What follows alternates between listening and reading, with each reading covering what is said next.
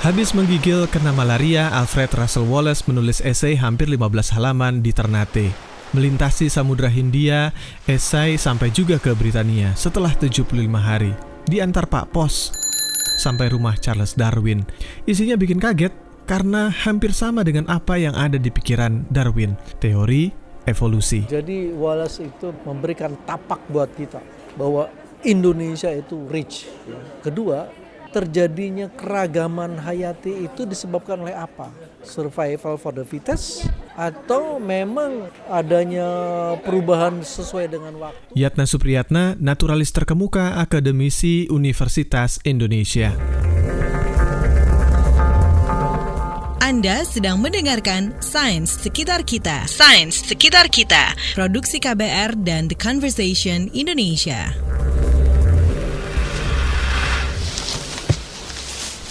Surat dari Ternate itu kadang dijadikan dasar kalau Wallace berhak juga menyandang gelar penemu teori evolusi. Ada yang nggak setuju, lalu terbitlah kontroversi. Tapi ya sudahlah ya, tinggalkan kontroversi itu, mari kita lihat warisan terbesarnya. Garis Wallace dan kawasan yang kita sebut sebagai Wallacea. Ini loh batasannya dari mulai Kalimantan, Jawa dan ini tuh daerah masuk ke Asia. Yang dari sini Papua, dari sini memang aneh itu. Wah, itu kan sehingga timbullah teori evolusinya Wallace. Jadi teori evolusi.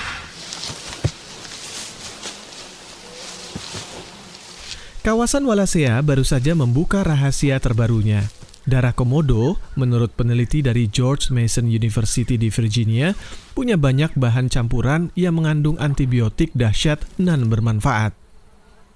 Kadal raksasa ini berasal dari Nusa Tenggara Timur dan cuma ada di sana. Tak ada lagi yang lainnya. Di dunia, satu-satunya titik tanpa koma. Lantas, mari kita ke Sulawesi. Beberapa tempat di Sulawesi itu tidak ada duanya di dunia. Karena memang namanya hibridisasi binatang itu tidak ada di tempat lain kecuali di kita. Di Sumatera nggak ada, di Kalimantan nggak ada. Jadi hibridisasi itu 2 spesies ya sudah lama berpisah bersatu kembali. Hibridisasi itu ceritanya begini. Syahdan 50 tahun yang lalu, nenek moyang beruk hitam hijrah dari Kalimantan ke Sulawesi. Tapi perubahan alam di Sulawesi menyebabkan spesies ini terpisah dan menjadi 2 spesies baru, Macaca tonkeana yang hidup di sebelah utara Sulawesi dan Macaca maurus yang hidup di sebelah selatan.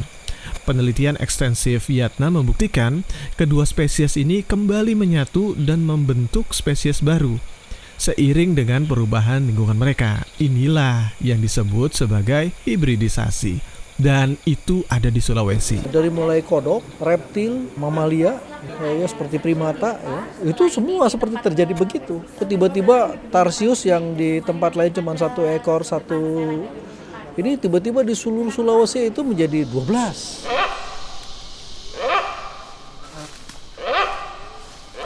Hikayat kawasan ini dinisbahkan pada Wallace, si petualang, antropolog, dan naturalis asal Inggris. Warawiri di Nusantara 8 tahun lamanya dia menemukan gajah, harimau, dan badak hanya di bagian barat Nusantara. Sementara di timur ada babi rusa, anoa, dan primata berwajah unik lainnya. Kayaknya ada semacam batas yang memisahkan penyebaran fauna ini, seperti garis imajiner yang kita sebut sebagai garis Wallace. Penelitian geologi juga mengkonfirmasi dahulu kala Sumatera, Jawa, dan Kalimantan menyatu dengan daratan Asia. Ini kita sebut sebagai kawasan Sunda. Sementara Papua menyatu dengan Australia, dan ini kita sebut sebagai kawasan Sahul. Terpisah di antara keduanya, inilah yang kita sebut sebagai kawasan Wallacea, berada di bagian tengah Nusantara. Kalau dirinci, kawasan ini terdiri dari Sulawesi, Kepulauan Maluku, dan Nusa Tenggara. Yatna menyebut wilayah ini sebagai laboratorium hidup evolusi, di mana kita bisa mengamati dengan mata kepala sendiri evolusi itu. Jadi hibridasi itu 2 spesies sudah lama berpisah bersatu kembali. Nah itu yang menyebabkan kekayaan berbagai jenis binatang, genetika, behavior, semuanya jadi pergumulan antara gen dengan gen. Karena yang tadinya sudah berpisah ribuan tahun, bersatu kembali, itu kan menarik. Itu yang disebut dengan proses evolusi yang nantinya bisa makanya ditemukan, misalnya ya, ditemukan gen untuk diabetes, ditemukan gen untuk berbagai macam penemuan karena itu. Keragaman spesies memang super edan di kawasan ini. Dari hampir 700 spesies burung yang ditemukan, hampir 40%-nya adalah spesies yang cuma bisa ditemukan di kawasan. Termasuk si cantik yang ditemukan Wallace, burung maleo yang memilih berjalan walaupun bisa terbang. Kita tuh selalu menganggap kalau misalnya hutan itu kayu. Padahal Wallacea itu bagaimana dia bisa seperti itu? Itu harus jadi pariwisata. Bagaimana terbentuknya spesies baru? Spesies baru itu untuk apa? Orang bilang, alah, apa sih untuk apa spesies baru? Loh, hidup kita ini semua dari spesies loh. Padi, jagung, semua itu dari spesies. Sampai bagaimana kok bisa New York dipertukarkan gara-gara ada pala? Oh ya, ada juga pala dan cengkeh, dua rempah-rempah yang menuntun Portugis sampai ke Nusantara. Columbus nyasar ke Amerika, Inggris meretas kutub utara, dan Pulau Run di Kepulauan Banda ditukar dengan Pulau Manhattan. Iya, New York ada di pulau itu.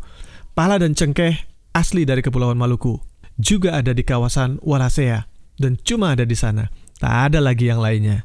Di dunia, satu-satunya titik tanpa koma. Saum laki, pernah dengar gak namanya saum laki? Ya, di Maluku Tenggara Barat. Begitu cantik, begitu beragamnya, burungnya, apa saja dia beragam.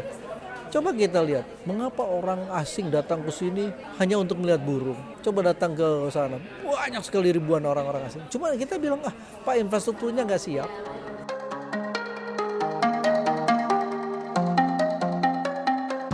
Wallacea sedang melambai pada ilmuwan muda, petualang muda yang punya rasa penasaran yang sama seperti Wallace pada waktu mudanya dulu.